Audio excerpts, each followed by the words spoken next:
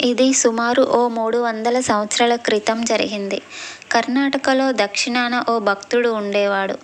అతని తల్లికి వయసు పైబడుతూ ఉంటుంది. ఆమె కాశీకి వెళ్ళి విశ్వనాథుడైన ఆ శివుని ఒడిలో చనిపోవాలని కోరుకుంటుంది. తను తన కొడుకుతో, దయచేసి నన్ను కాశీకి తీసుకెళ్ళు, నాకు వయసు పైబడుతుంది, నేనక్కడికెళ్ళి చనిపోవాలనుకుంటున్నాను అంటుంది.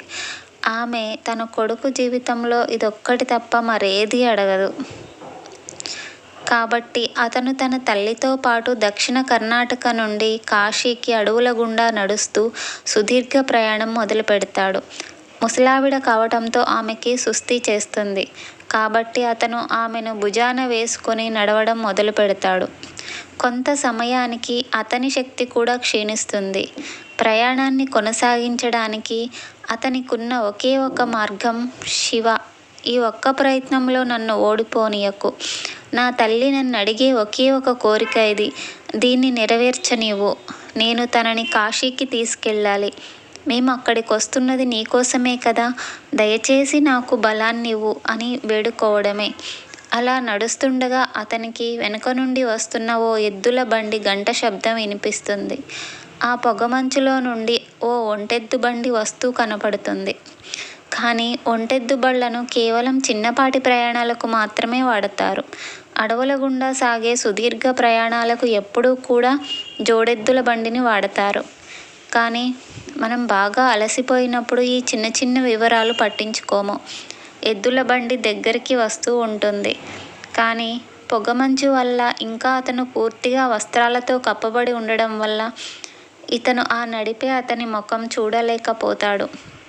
అప్పుడు ఈ భక్తుడు, మా అమ్మకి బాగోలేదు, ఖాళీగా ఉన్న మీ ఎద్దుల బండిలో మమ్మల్ని ప్రయాణించనివ్వండి అని ప్రాధేయపడతాడు. అతను సరే అని తల ఊపుతాడు. ఇద్దరూ బండి ఎక్కుతారు. బండి ముందుకెళ్లడం ప్రారంభిస్తుంది.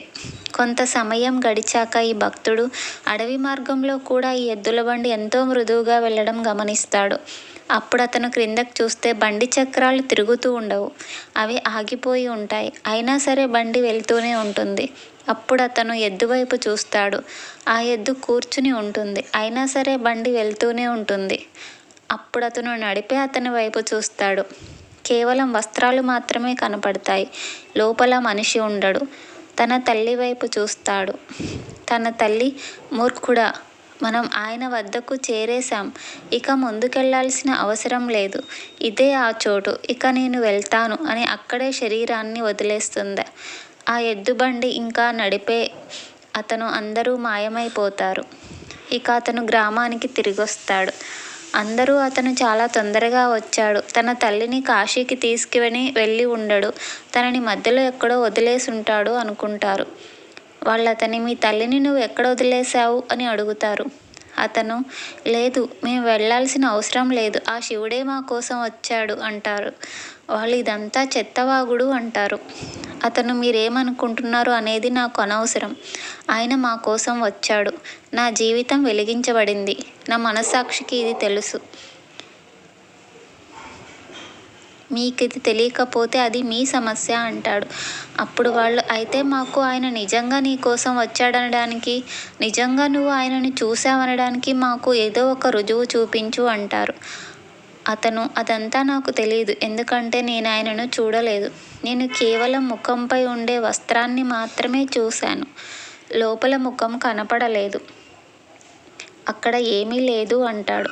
అప్పుడు ఉన్నట్టుండి అందరూ ఈ వ్యక్తి మాయమైపోవడాన్ని గమనిస్తారు. వాళ్లకు కేవలం అతని వస్త్రాలు మాత్రమే కనపడతాయి. అతను దక్షిణ భారతదేశంలో గొప్ప ముని అవుతాడు. ఆయన ఎక్కడికి వెళ్ళినా సరే అందరూ ఆయన్ని